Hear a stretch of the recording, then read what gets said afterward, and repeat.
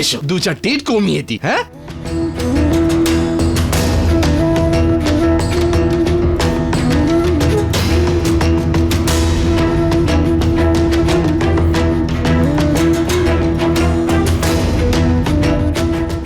কম ওজন তোলার চেষ্টা করো। দেখো তুমি একটু দুর্বল, কোনো দরকার পড়লে আমাকে বলতে পারো। হ্যাঁ এখন তুলসী নেই তো কি হয়েছে, আমি আছি তো। হ্যাঁ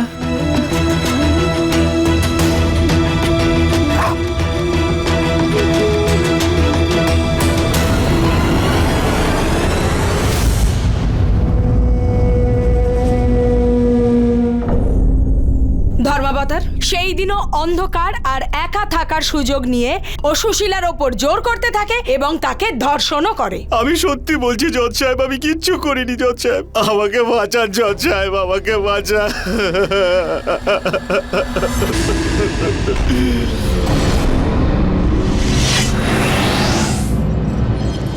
তোমরা দুজন মেরেছো আমাকে, তোমরা দুজন মেরেছো আমাকে। তুমি কি মনে করেছো আমি তোমাকে ছেড়ে দেব? আমি তোমাকে একেবারে প্রাণে মেরে ফেলবো, প্রাণে মেরে ফেলবো আমি তোমাদের দুজনকে।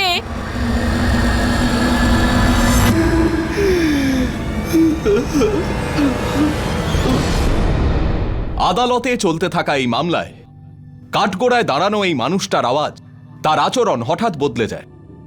সে হঠাৎ মহিলার কণ্ঠে কথা বলতে শুরু করে আর প্রকাশ্য আদালতে জাজের সামনে দুজন মানুষকে প্রাণে মেরে ফেলার হুমকি দেয়।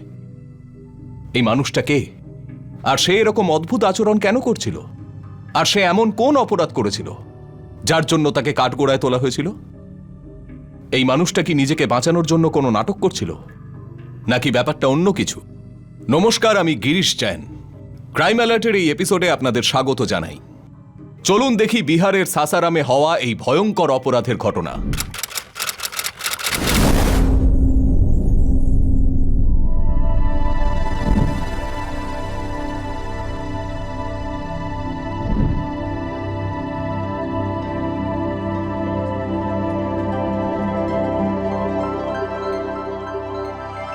কি ব্যাপারে তুলসী, সময় পেলি কাজে আসার? হ্যাঁ সাহেব, নতুন হয়েছে, ও বিয়ে করেছে আর বাড়িতে নতুন বউ এসেছে, সেসব ছেড়ে যে কাজ এসেছে সেটাই বড় ব্যাপার।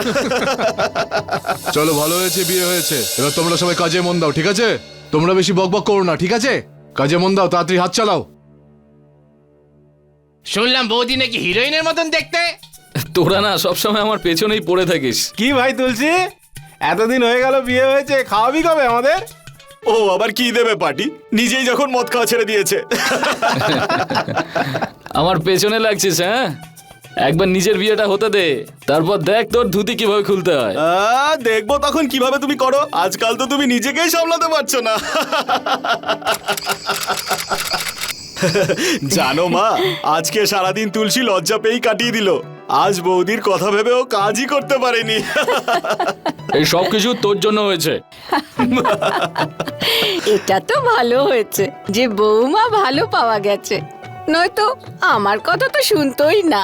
ব্যাস, এবার যা হোক করে মদটা যেন ছেড়ে দেয়। আরে মা, এখন আর কোথায় মদ খাই?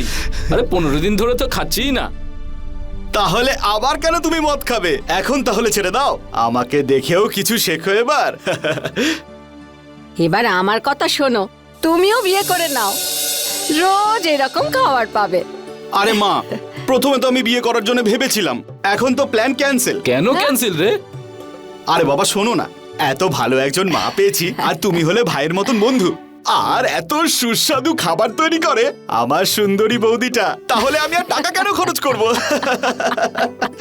তুলসী, আরে ভাই তাড়াতাড়ি খাবারটা খা, যাবি না নাকি? হ্যাঁ ভাই, 5 মিনিটে আসছি।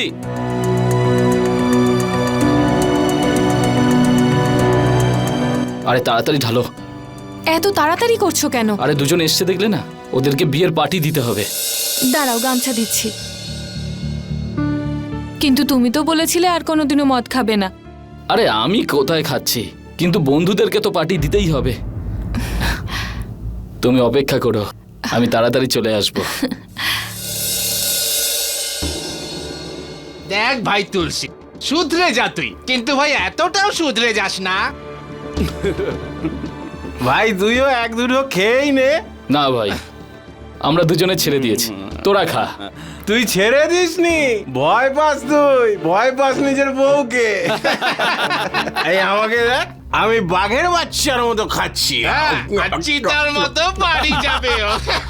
আরে পাগলের দল শোন, আমাদের তুলসী যে কোনো কিছুতেই ভয় পায় না, শুধু স্থগিত রেখেছে নিজের সোনা বউটার জন্য। আরে জীবনে অনেক ভীতু দেখেছি, কিন্তু এর মতন ভীতু একটাও দেখিনি। আরে ওরকম কোনো ব্যাপার নয়, বুঝেছিস? এই দেখ, আরে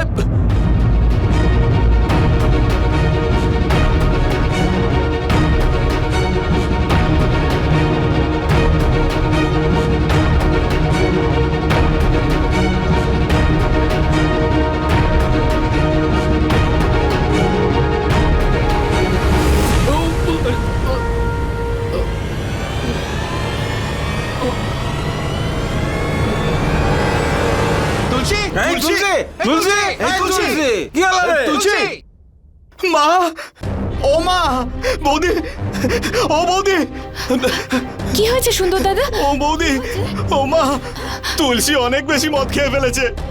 মনে হচ্ছে মদটা বিষাক্ত ছিল। ওখানে সবাই বমি করছে, আমি হাসপাতালে ভর্তি করে দিয়েছি। তাড়াতাড়ি চলো। ভগবান, এটা কি হলো? আমরা সবাই জানি যে মদ্যপান স্বাস্থ্যের পক্ষে ক্ষতিকারক, তবুও এটা একটা অসুখের মতো এই সমাজে ছড়িয়ে রয়েছে। অনেক মানুষ এই অভ্যাস ছাড়তে পারেন না। মদ মানুষকে শুধু শারীরিকভাবেই নয়, আর্থিকভাবেও নিঃস্ব করে দেয়। সব শ্রেণীর মানুষের মধ্যে এই অসুখ শিকড় ছড়িয়েছে, কিন্তু সমাজে যাদের আর্থিক অবস্থা খুব একটা ভালো নয়, তারাই সব থেকে বেশি এর শিকার হয়। তুলসীর বিয়ের আনন্দই ওর মৃত্যুর কারণ হয়ে দাঁড়ায়। কিন্তু এমন কি ঘটেছিল যাতে সুন্দর কাঠগোড়ায় গিয়ে দাঁড়াতে বাধ্য হলো? তুলসীর মৃত্যুতে কি সুন্দরের হাত ছিল, নাকি সুন্দর কোনো বড় ষড়যন্ত্রের শিকার হয়েছিল? মা, ও মা। কে? সুন্দর?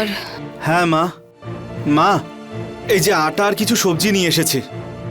আরে সুন্দর বাবা, আর কত করবি আমাদের জন্যে? সুন্দর দাদা, আজ নয়তো কাল কাজ তো শুরুই করতে হবে। তুমি একটা কাজ করো, কাল থেকে ইটভাটায় আমায় নিয়ে চলো, আমিও সেখানে কাজ করব। বৌদি, তুমি ওই ইটভাটার কাজ করতে পারবে না। কেন পারবো না সুন্দর দাদা? সবাই করতে পারে, আমিও ঠিক পারবো।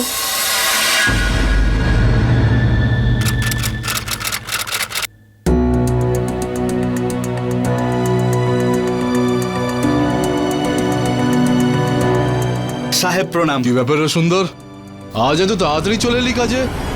সাহেব, এ হলো সুশীলা, তুলসীর বিধবা স্ত্রী। ইট ভাটায় ও কাজ করতে চায় সাহেব।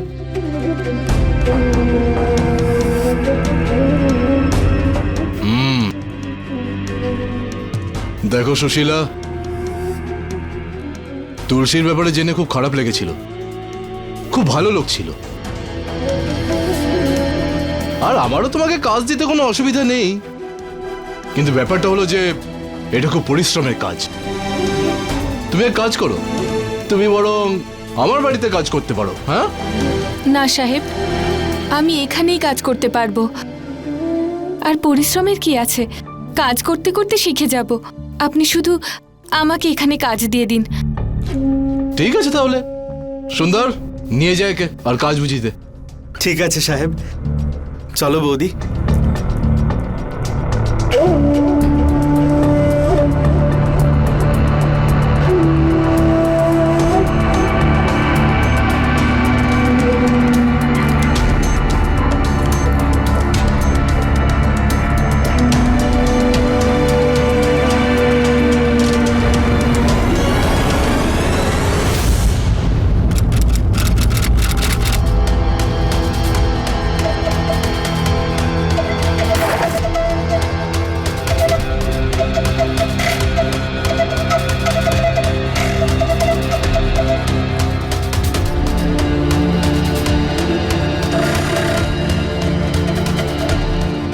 আরে সুশীলা,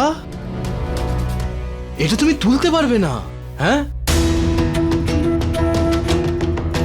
আরে বোঝার চেষ্টা করো। তুমি অর্ধেক কাজ করলেও কিন্তু মাইনে তুমি পুরোটাই পাবে।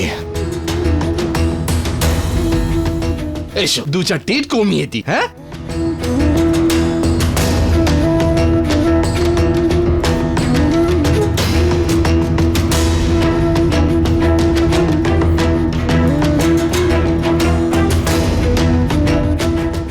কম ওজন তোলার চেষ্টা করো। দেখো তুমি একটু দুর্বল, কোনো দরকার পড়লে আমাকে বলতে পারো। হ্যাঁ, এখন তুলসী নেই তো কি হয়েছে, আমি আছি তো। হ্যাঁ,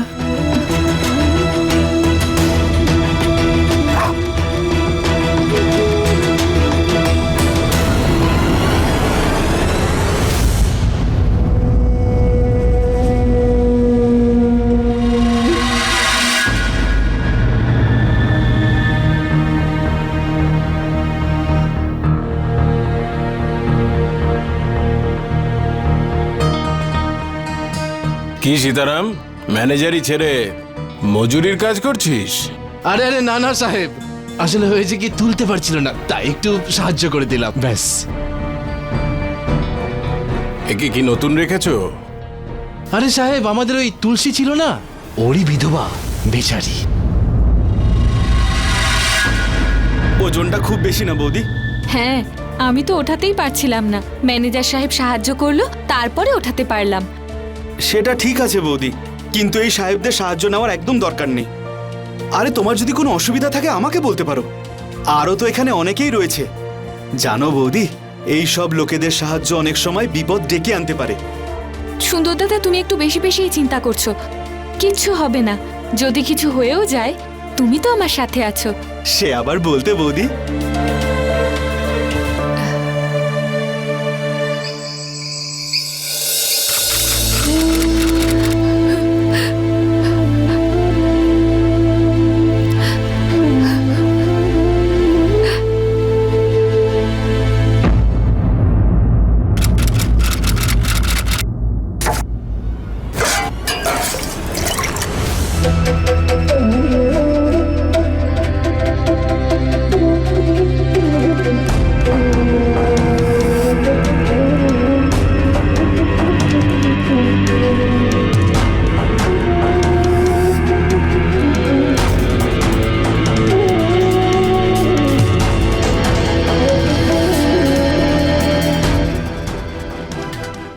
সুশীলা,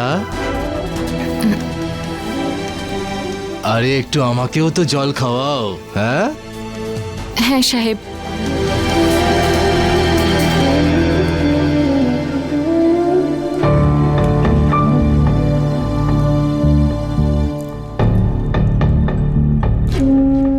এই নিন। এটা এটা এটা কি করছেন আপনি? ছাড়ুন। এখানে কেউ কিচ্ছু দেখতে পাবে না। ছাড়ুন তো। সুশীলা, দেখো আমি না তোমার এই চিন্তিত চেহারা, এই বিধবা রূপ দেখতে পারি না একদম। তোমার মতন যুবতী সুন্দরী এইভাবে ইট পাথর তুলে বেড়াবে, এটাও আমি সহ্য করতে পারি না। সুশীলা, আসলে ব্যাপারটা কি বলতো, আমার না তোমাকে ভালো লাগতে শুরু করেছে, মানে ভালোবেসে ফেলেছি তোমাকে। কি সব বলছেন আপনি? মাথা ঠিক আছে আপনার? আমি এক্ষুনি সাহেবকে ডাকবো আর চিৎকার করে সবাইকে বলবো। সরুন, যেতে দিন আমায়। আরে সুশীলা, আমি তো তোমাকে ভালোবাসি, বলো। হ্যাঁ, ছাড়ুন আমায়। এই সীতারাম, কি হচ্ছে? আরে কিছু না সাহেব, ওই সুশীলাকে কিছু কাজের কথা বোঝাচ্ছিলাম। বুঝেছো তো সুশীলা? তুমি যাও, কাজে যাও।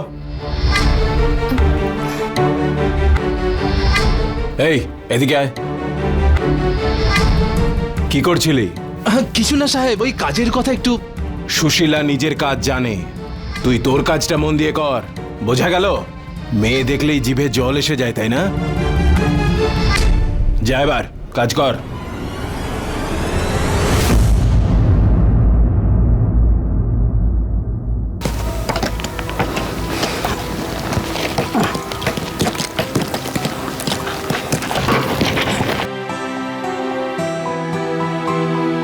কি হয়েছে সুশীলা বৌদি? কিছু বলবে নাকি? কিছু না সুন্দর দাদা, অন্য কোথাও কাজ দেখতে হবে। কেন, কি আবার হলো তোমার? সবাই শোনো মন দিয়ে,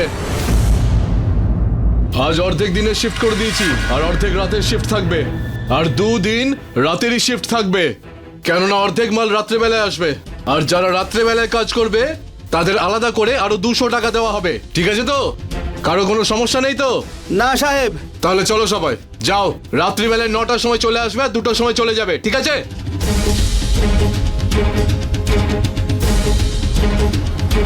সুশীলা, এদিকে এসো। আমি ম্যানেজারকে বুঝিয়ে দিয়েছি, ও আর এরকম কখনো করবে না। কিন্তু একটা কথা খেয়াল রেখো, ও যে ভুলটা করেছে সেটার কথা আর যেন কেউ জানতে না পারে, কারণ তাতে ইটভাটার বদনাম হবে, বুঝতে পারছো তো? সীতারাম, ক্ষমা চা। আমাকে ক্ষমা করে দাও সুশীলা। ঠিক আছে। যা, কাজে যা।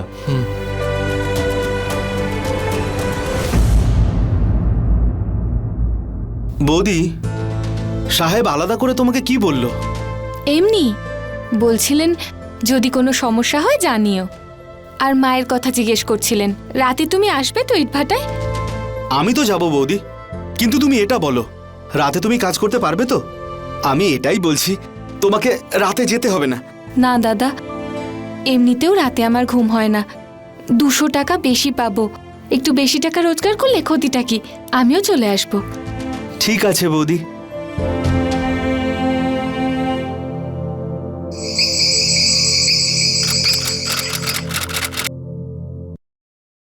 আরে সীতারাম, তুই তো দেখছি একবারেই সব শেষ করে দিলি। সাহেব, আমি না আপনার মতন মজা করে খেতে পারি না। আর একটা বানা, বানা নিজের পছন্দ মতো।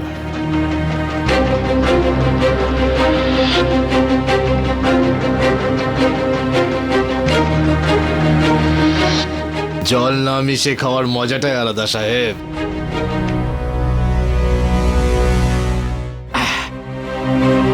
তুইও না। সাহেব, আমি একটু 1 রাউন্ড মেরে আসছি।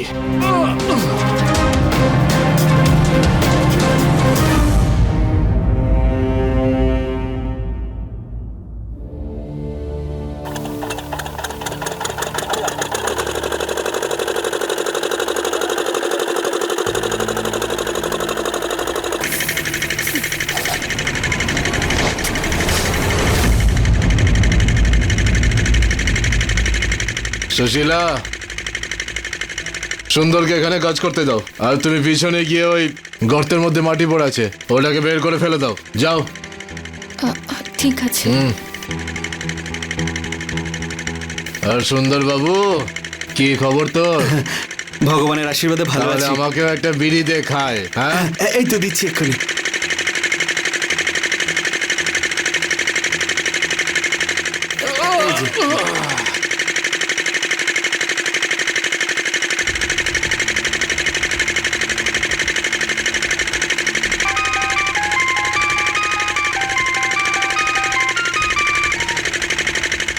হ্যালো,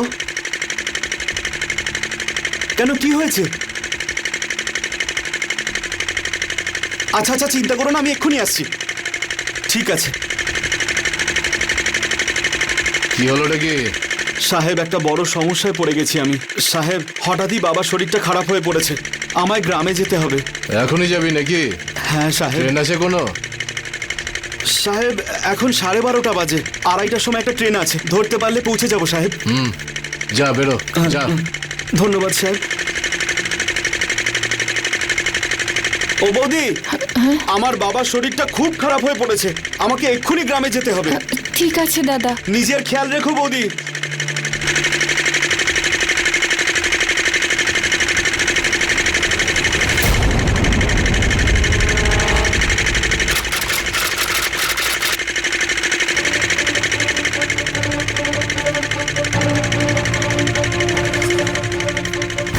কে আপনি? ছাড়ুন আমায়। আরে আমি এটা সীতারাম, তোমার প্রেমিক। ছাড়ুন আমায়, ছাড়ুন ছাড়ুন, নয়তো আমি চিৎকার করে লোক ডাকবো। আজ আমার নেশা চলে ছাড়ুন গেছে। আমায়। তুমি যাকে খুশি বলো, আমি ছেড়ে কাউকে দিন। ভয় পাই না। আমি হাত জোর করে আপনাকে বলছি। হাত তো আমিও জোর করেছিলাম, কিন্তু তুমি বলেছিলে আমি নাকি ইনসাল্ট করেছি। আজ তো আমি তোমার সব মজা নিয়েই ছাড়বো। কেউ আছে? বাঁচাও! আরে আজ কেউ আসবে না তোমাকে বাঁচাতে।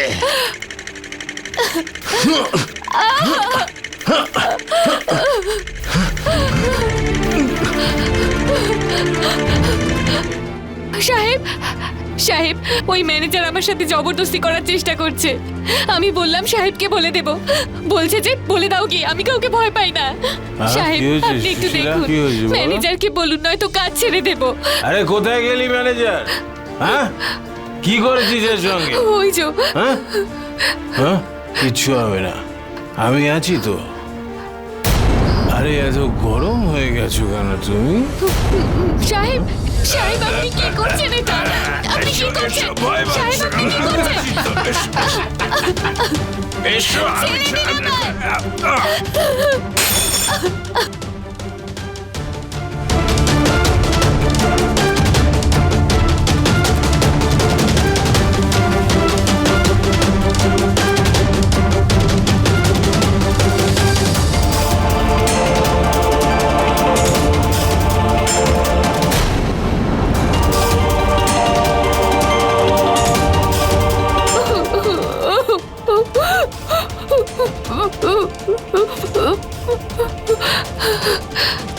আমি তোমাদের কাউকে ছেড়ে দেব না। তোমাদের কথা আমি সবাইকে বলে দেব। বলে দিবি? কি বলবি তুই? কাকে বলবি? ছেড়ে দাও, কি বলবি? ছেড়ে দাও আমায়। আর কি বলবি? কি বলবি তুই? বলবি তুই?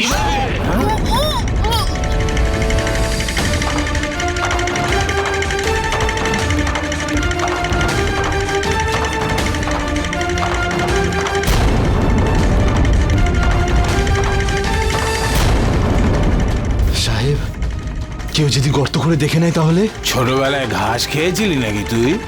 6-7 দিনের মধ্যে এখানে দেওয়াল উঠে প্লাস্টারও হয়ে যাবে। ততদিন কাউকে এখানে কাজ করতে আসতে দিস না, বুঝেছিস? কিন্তু সাহেব, যখন সুশীলাকে কালকে পাওয়া যাবে না, তাহলে লোকজন তোকে খুঁজবে, তারপর ব্যাপারটা পুলিশ অব্দি চলে যাবে। আরে মাথা মোটা, সব যদি আমি ভাবি, তুই কি করবি? চল এবার মাটি ফেল।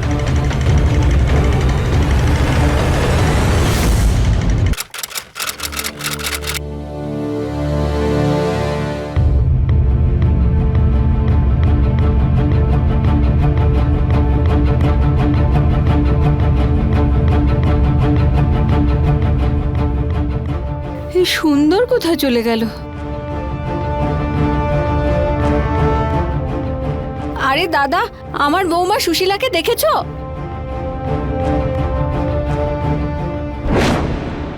ও ভাই, আমার বৌমা সুশীলাকে দেখেছো? না, সুশীলাকে তো দেখিনি। দেখো, এখানকার মাটিটা খুব কড়া, সবাইকে বলে দিও এখানকার মাটি যেন কেউ না তোলে, ঠিক আছে? মালিক,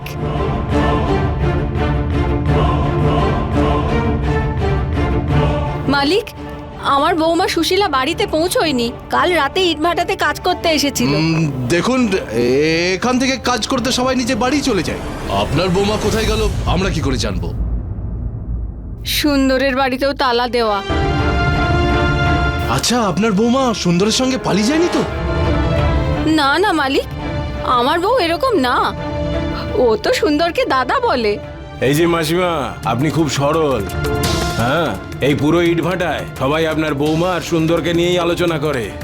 একসঙ্গে আসা, একসঙ্গে খাওয়া, একসঙ্গে ওঠা বসা। কখন ভাই থেকে প্রেমিক হয়ে গেছে আপনি জানতেও পারেননি। ওই কোথাও নিয়ে গেছে হয়তো সুন্দর আপনার বৌমাকে, বুঝতে পেরেছেন?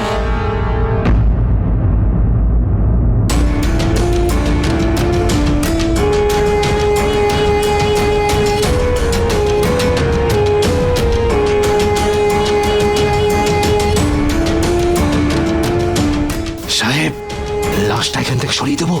আরে কিচ্ছু হবে না। আচ্ছা, আপনার বৌমা সুন্দরের সঙ্গে পালিয়ে যায়নি তো? কখন ভাই থেকে প্রেমিক হয়ে গেছে আপনি জানতেও পারেননি। সুশীলা আর বাড়ি ফিরে আসেনি, আর লোকজনের নজরে সুন্দরও তখন নিখোঁজ ছিল। সবাই এই দুটো ঘটনাকে একসঙ্গে জুড়ে বিভিন্ন রকমের কথা বলা শুরু করলো। ইটভাটার মালিক মনোজ আর ম্যানেজারের কথা আগুনে ঘি ঢালার কাজটা করলো। সুশীলার শাশুড়ি গঙ্গাও নিজের বৌমার নিখোঁজ হওয়াতে সুন্দরকেই সন্দেহ করছিল। সে সুন্দরের বিরুদ্ধে নিজের বৌমাকে অপহরণ করার অভিযোগ এনে পুলিশ স্টেশনে ডায়েরি করেছিল। স্বামীর মৃত্যুর পর সুশীলা একেবারে ভেঙে পড়েছিল। ওর সৌন্দর্যই ওর সমস্যার কারণ হয়ে উঠেছিল। বিধবা হওয়ার জন্যে ওকে সীতারামের মতো মানুষের কুনজরের সম্মুখীন হতে হতো। আমাদের এই সমাজে একজন মহিলার একা থাকাটা কেন তার জন্য অভিশাপ হয়ে দাঁড়ায়? আমাদের সবার এই বিষয়টা নিয়ে ভাবা উচিত। সুশীলার মৃত্যুর আসল কারণটা এখনো কেউ জানতো না। নিজের গ্রামে যাওয়া সুন্দর এখনো ফিরে আসেনি। এই রহস্যটা কতদিন রহস্য থাকবে? ইন্সপেক্টর স্যার, আমরা যেটা জানতাম আমরা বলে দিয়েছি। আপনার আর কোনো প্রশ্ন থাকলে জিজ্ঞেস করুন, আর আমাদের যেতে দিন, কারণ ইটভাটে অনেক কাজ আছে। দেখুন মাসিমা, এদের কথা শুনে কেসটা পরিষ্কার মনে হচ্ছে। কি বলবো স্যার, কম বয়স, দেখতে ভালো, কিছুদিন হলো বিয়ে হয়েছে, তার মধ্যেই বিধবা হয়ে গেল। এখন মানুষের মন তো বলা যায় না, করে ফেলেছে, ভালো লেগে গেছে হয়তো। আমার বৌমা এরকম নয়। ঠিক আছে, কোনো ব্যাপার না। বাকি সত্যিটা আমরা সুন্দরের থেকে বার করে নেব। স্যার, সুন্দরের ফোন নট রিচেবল বলছে। তাহলে ঠিক আছে, আপনারা যেতে পারেন। যদি প্রয়োজন পড়ে আপনাদের ডেকে নেব।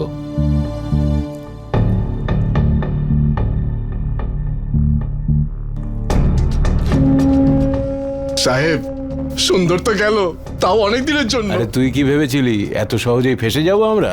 আরে কতদিনের পুরনো খেলোয়াড়, কত খেলা দেখিয়েছি, তুইও তো সাথে খেলেছিলি কয়েকবার। আরে প্রভু, আমার সাহেব আশীর্বাদ করুন। চল গিয়ে মজা করি এবার, ঠিক আছে? চল।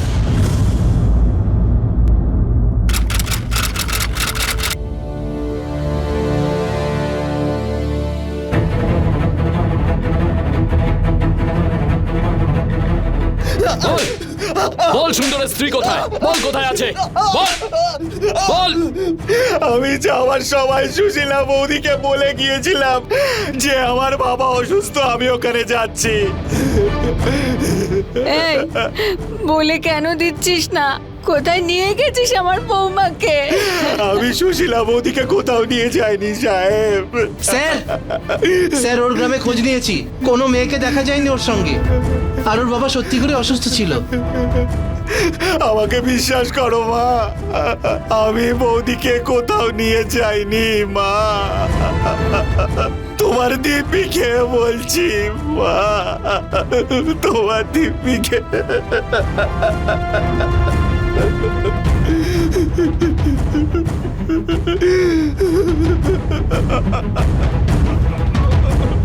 তাহলে এই সুশীলা গেল কোথায়? ওকে কে নিয়ে গেল? কেউ আমাকে কোথাও নিয়ে যায়নি। কেউ আমাকে নিয়ে যায়নি। আমাকে ধর্ষণ করা হয়েছিল।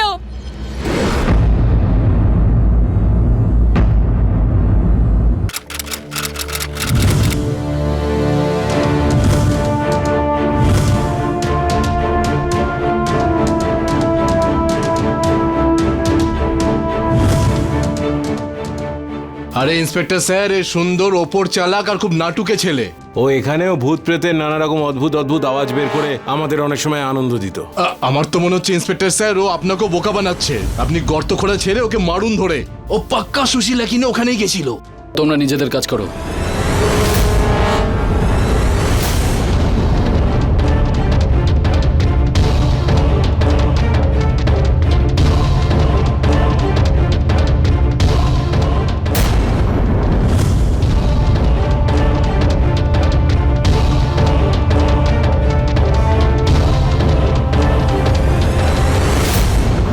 স্যার, এই দেখুন।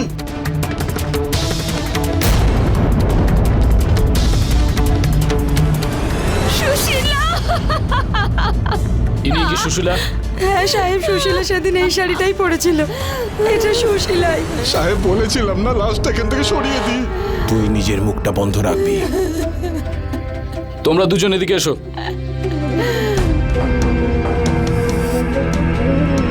এই দুজনের বয়ান নিয়ে নাও আর লাশটাকে পোস্টমর্টমের জন্য পাঠাও। ধর্মাবতার সমস্ত সাক্ষীদের বয়ান নেওয়া হয়ে গেছে আর তাদের সবার বয়ান থেকে এটাই বোঝা যাচ্ছে যে সুন্দর সুশীলাকে পছন্দ করত। সুশীলাও রাজি ছিল। সুশীলা কলঙ্কের ভয়ে এই সম্পর্কে জড়াতে চাইছিল না, কারণ মাত্র 20 দিন আগে তার স্বামী মারা গেছে। কিন্তু এ বারবার অনবরত সুশীলাকে জোর করতেই থাকে। না জজ সাহেব, আমি কিচ্ছু করিনি জজ সাহেব, আমি একেবারে নির্দোষ জজ সাহেব। আপনি বলার সুযোগ অবশ্যই পাবেন, এখন চুপ করে থাকুন। ঠিক আছে। ধর্মাবতার সেই দিনও অন্ধকার আর একা থাকার সুযোগ নিয়ে ও সুশীলার ওপর জোর করতে থাকে এবং তাকে ধর্ষণও করে, আর সেটা পোস্টমর্টেম রিপোর্টে পরিষ্কার হয়ে গেছে।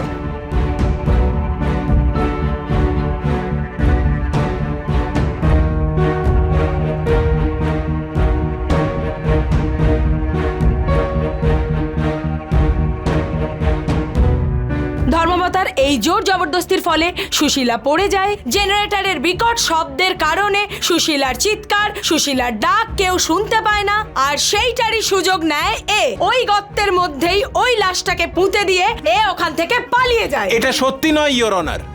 এখনো পর্যন্ত আমার মক্কেল সুন্দরের ওপর কোনো অভিযোগ প্রমাণ করা যায়নি। আর ধর্মাবতার যদি সুন্দর কোনো অপরাধ করেই থাকে, ও ফিরে এলো কেন? আমি সীতারামকে কিছু প্রশ্ন করতে চাই। অনুমতি দিলাম।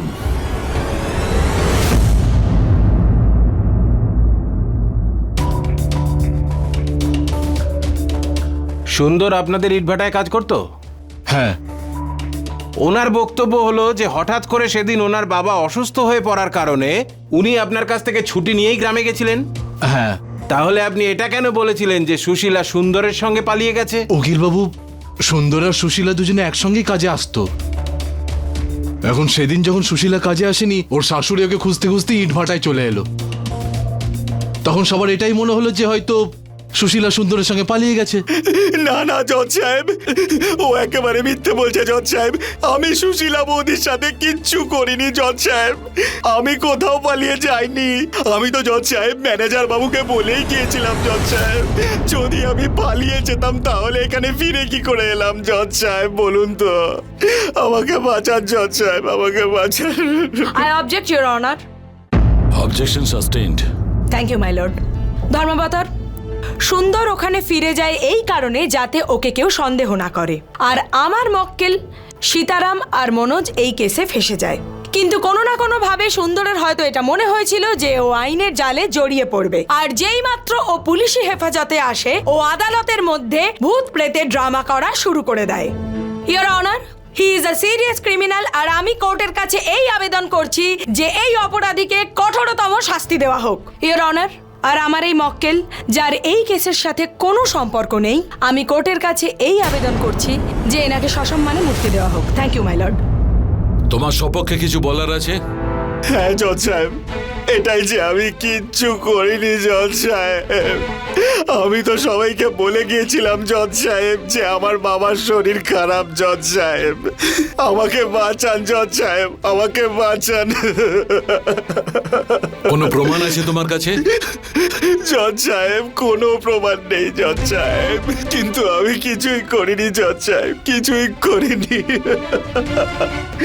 কিছুই করিনি।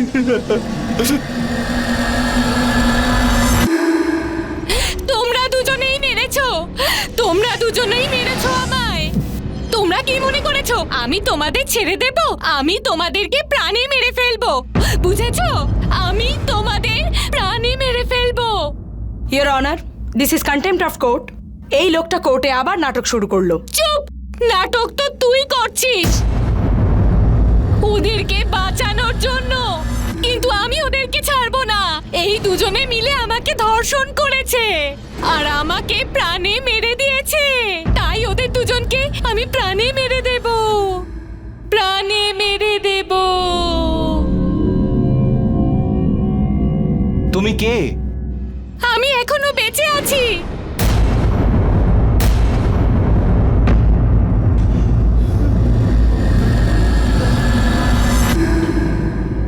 কেউ বিশ্বাস করুক বা না করুক, এই গলাটা তো আমার বৌমারই।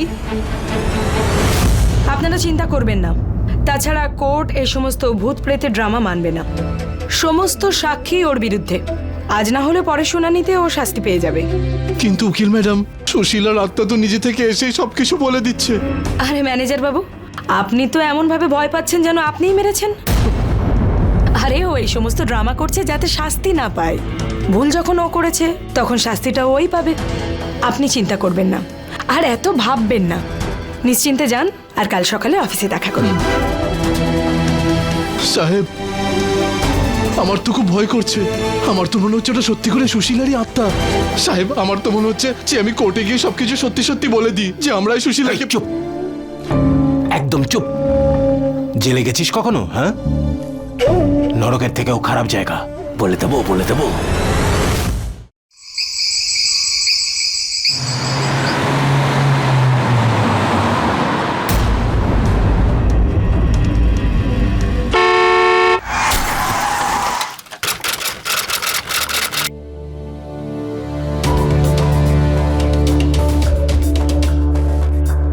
হিয়ার অনার, এক্ষুনি জানতে পারলাম যে আমার মক্কেল আর ইটভাটার মালিক কাল রাতে একটা অ্যাক্সিডেন্টে মারা গেছেন।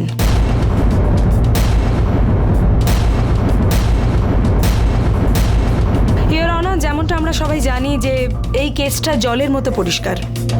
আগের হিয়ারিংয়ে সুন্দরের হঠাৎ করে শরীর খারাপ হয়ে যাওয়া, ওর মানসিক ভারসাম্য হারানো, কিন্তু আমরা সবাই জানি যে এটা একটা কোর্ট রুম ড্রামা ছিল। এই কোর্টকে আর আমার মক্কেলকে গুলিয়ে দেওয়া এবং ভয় পাওয়ানোর জন্য।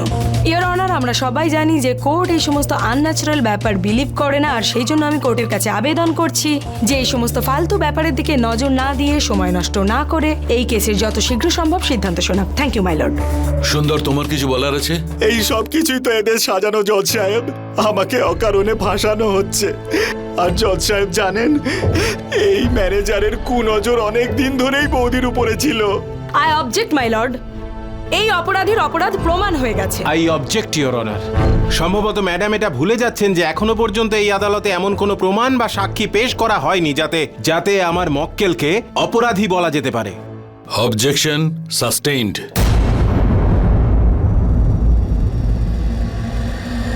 আমি মেরেছি ওকে। তোমরা কি মনে করেছিলে ও অ্যাক্সিডেন্টে মারা গেছে? না, আমি মেরেছি ওকে। এবার তোমাকেও মারবো ম্যানেজার বাবু।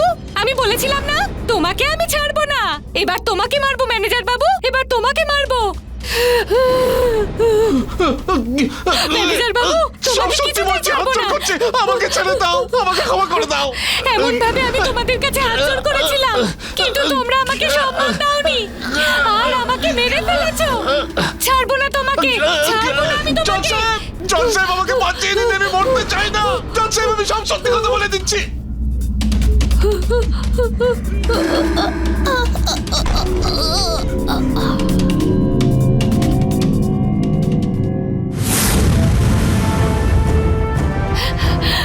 আমি তোমাদের কাউকে ছেড়ে দেব না।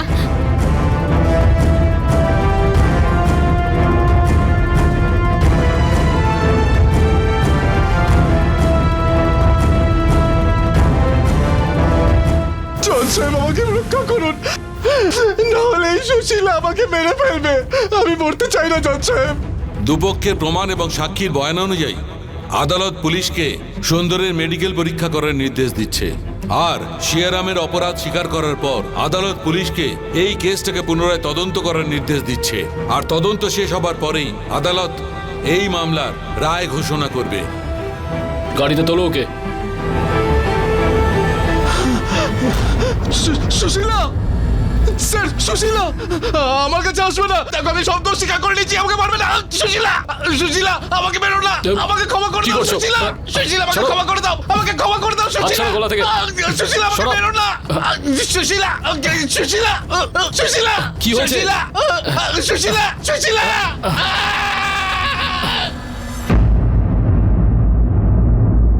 ম্যানেজার সীতারাম আদালতে নিজেই নিজের দোষ স্বীকার করেছিল। আদালত রায় শোনানোর আগেই অপরাধীদের একের পর এক মৃত্যু ঘটতে থাকে। ক্রাইম অ্যালার্ট যে কোনো ধরনের অন্ধবিশ্বাসকে সমর্থন করে না, আর আপনাদেরও পরামর্শ দেয় যে আপনারাও কোনো রকম অন্ধবিশ্বাসের কথায় বিশ্বাস করবেন না। কিন্তু এই কেসটা আমাদের ভাবতে বাধ্য করে, এটা কি সুশীলার আত্মা ছিল যে নিজের ওপর হওয়া অত্যাচারের বদলা নিচ্ছিল, নাকি অপরাধীদের নিজস্ব অপরাধ বোধ? এই কেসটার রহস্য এখনো সমাধান হয়নি।